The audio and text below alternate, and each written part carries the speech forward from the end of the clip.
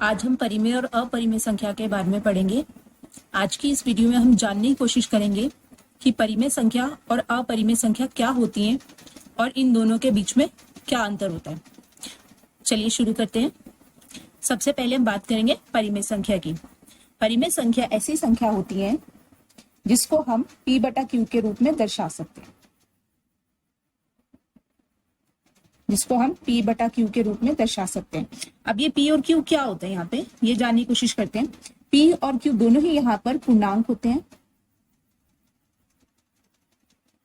और q not equals to 0 होता है। अब ये कंडीशन क्या होती है, पहले हम इसके बारे में समझते हैं। पूर्णांक आप सभी बच्चों को याद होगा कि हमने कक्षा 6 में पढ़ा था। पूर्णांक ऐसी संख्या होती हैं जिसमें हमारे पॉजिटिव भी आ जाते हैं और नेगेटिव भी आ जाते हैं। मतलब जो आपने संख्याएं पढ़ी हैं इस प्रकार की,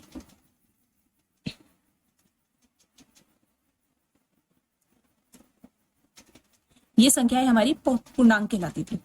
इस तरफ हमारे नेगेटिव नंबर होते हैं, इस तरफ हमारे पॉजिटिव नंबर, और बीच में सेंटर में बिल्कुल होता है हमारा शून्य। ये हमारे पूर्णांक होते हैं। तो यहाँ पे p और q की अगर हम बात करें तो वो हमारा कोई सा भी अंक या नंबर हो सकता है। वो हमारा -4 हो सकता है, -3, -2, -1 या 1, 2, 3 कुछ भी हो सकता है।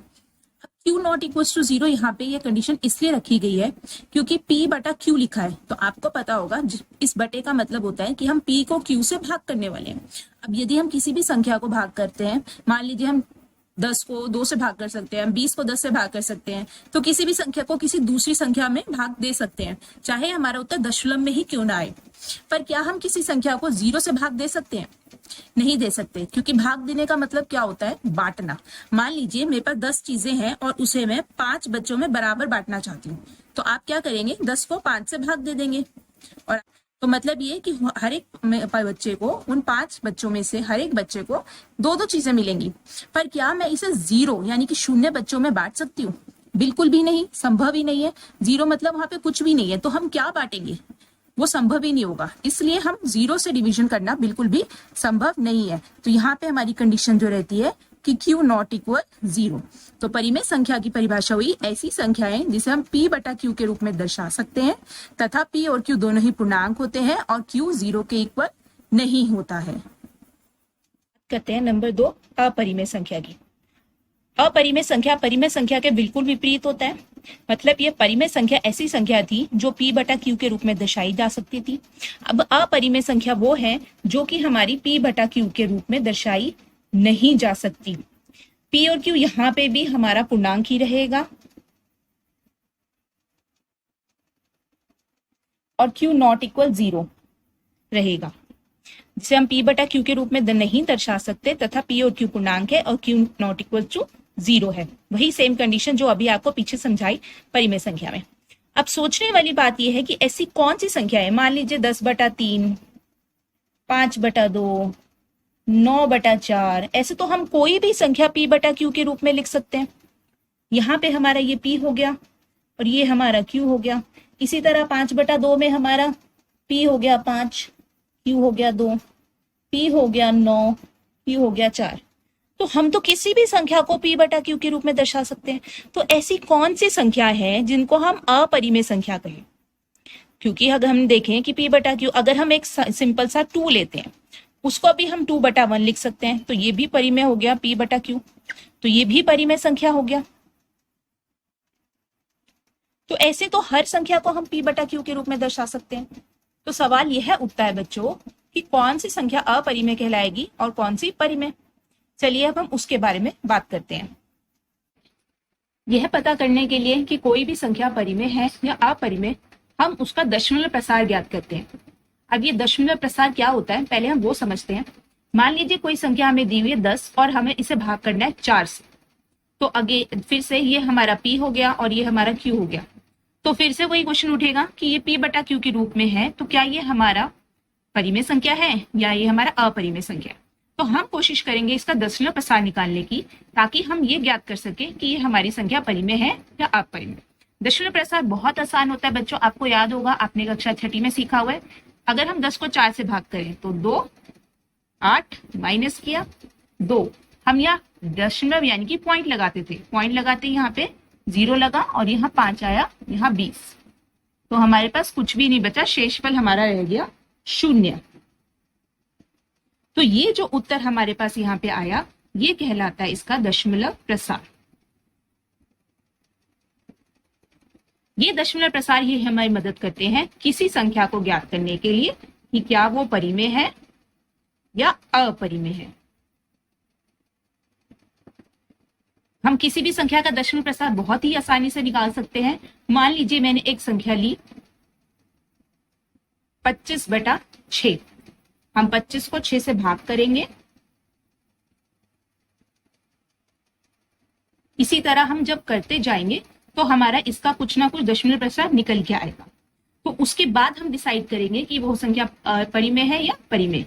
चलिए हम देखते हैं कि हम किस प्रकार ये डिसाइड करते हैं या किस प्रकार हमें ये पता चलता है कि दी गई संख्या का जो दशमलव प्रसार है उसे देखकर हम कैसे बता सकते हैं कि कोई संख्या परिमेय है या अपरिमेय। चलिए कुछ उदाहरण से समझते हैं कि दशमलव प्रसार कैसे निकालते हैं और कैसे पता चलता है कि वो परिमेय है या अपरिमेय। जैसे 20/2, ये तो आप सीधा सीधा भाग कर सकते हैं, उत्तर आ जाएगा 10। तो 10 को हम 10/1 लिख सकते हैं। फिर से ये p/q के रूप में हो गया। तो ये हो गया हमारा परिमेय संख्या। ठीक है, ऐसे दशमलव प्रसार कहलाते हैं शांत, जिसमें दशमलव आया ही नहीं, मतलब हम सीधे सीधे भाग कर सकते हैं। मतलब हम इसे 10.0 भी लिख सकते हैं, मतलब दशमलव के बाद कोई भी संख्या नहीं है।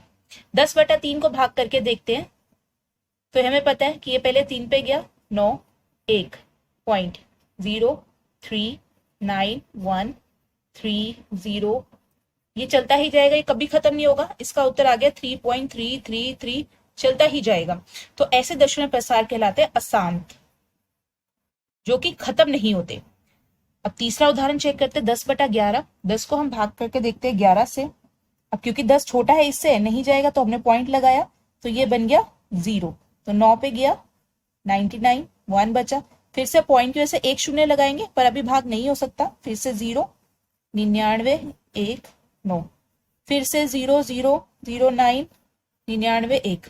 इसी प्रकार यह चलता जाएगा और ये कभी खत्म नहीं होगा। इसका प्रसार आएगा हमारे पास 0.909090। तो ये भी हो गया हमारा अशांत, क्योंकि जब हमने भाग किया तो इसका दशमलव प्रसार चलता ही जा रहा है, खत्म नहीं होगा, ये अभी और आगे बढ़ सकता है।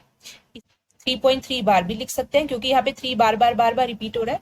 और इसको हम लिख सकते हैं 0.90 बार, क्योंकि 90 हो रहा है। इसको हम अशांत या फिर अनवसानी आवृत्ति भी कहते हैं। अनवसानी आवृत्ति मतलब ऐसे दशमलव प्रसार जो कि अशांत हो, मतलब जिसका उत्तर अभी खत्म नहीं हुआ, जो चलता ही जा रहा है, उसको हम अनवसानी आवृत्ति भी कहते हैं। अशांत मतलब जिसका दशमलव प्रसार खत्म नहीं होता, शांत मतलब जिसका दशमलव प्रसार खत्म हो जाता है। तो ये हमारे ऐसे दशमलव प्रसार वाली संख्याएं कहलाती हैं परिमेय संख्या, जिसका दशमलव प्रसार या तो शांत हो या अशांत हो या फिर अनवसानी आवृत्ति। शांत मतलब जो ना खत्म हो रहा हो, और अनवसानी आवृत्ति। आवृत्ति इसलिए बोला, ये हमारा अनवसानी आवृत्ति है क्योंकि यहाँ पे ये दशमलव प्रसार खत्म नहीं हुआ और रिपीट होता जा रहा है। अशांत वो होता है जो खत्म ना हो। अशांत कुछ भी हो सकता है, मान लीजिए 0.10100000। अब ये भी एक अशांत है क्योंकि यहाँ खत्म नहीं हुआ। पर अनवसानी आवृत्ति क्या होता है, जो कि हमारा रिपीट होना शुरू हो जाता है। तो यहाँ पे ये दोनों दशमलव प्रसार थे हमारे अनवसानी आवृत्ति। और यहाँ पे क्या है, इस दशमलव प्रसार के बारे में अब आगे समझते हैं। चलिए देखिए, अपरिमेय संख्या का क्या उदाहरण हो सकता है। मान लीजिए कोई संख्या आपके पास ऐसी आ गई जिसका दशमलव प्रसार ऐसा हो 0.10100100 डैश डैश डैश। तो आप देखिए इस डैश डैश से पता चला कि ये शांत तो नहीं है, ये अशांत है, और ये ना ही हमारा रिपीट हो रहा है, तो हम इसे बार में नहीं दिखा सकते। तो इनका नाम होता है अनवसानी अनावृत्ति। मतलब ये कि ये खत्म नहीं होने वाली और ये रिपीट भी नहीं हो सकती। इसके उदाहरण हमारे पास होते हैं जैसे पाई। पाई हमारा एक अपरिमेय संख्या है। इसके अलावा जैसे मान लीजिए हमारा √5, √11, ऐसे जितने भी रूट होंगे जिसको हम हल नहीं कर सकते, सॉल्व नहीं कर सकते, वो हमारे होते अपरिमेय संख्या। मान लीजिए रूट 16 है। अब ये तो आपको पता है कि जब आप 16 का करते हो तो फैक्टर्स आपके निकल जाते हैं। 2 पे गया 8, 2, 4, 2, 2, 1। तो यहाँ से आपके पास बहुत आसानी से पता चल जाता है कि ये हमारा किसका है, 4 का। ये हमारा 4 का है। तो फिर से 4 को हम कैसे लिख सकते हैं, 4/1। ये हमारी हो गई परिमेय।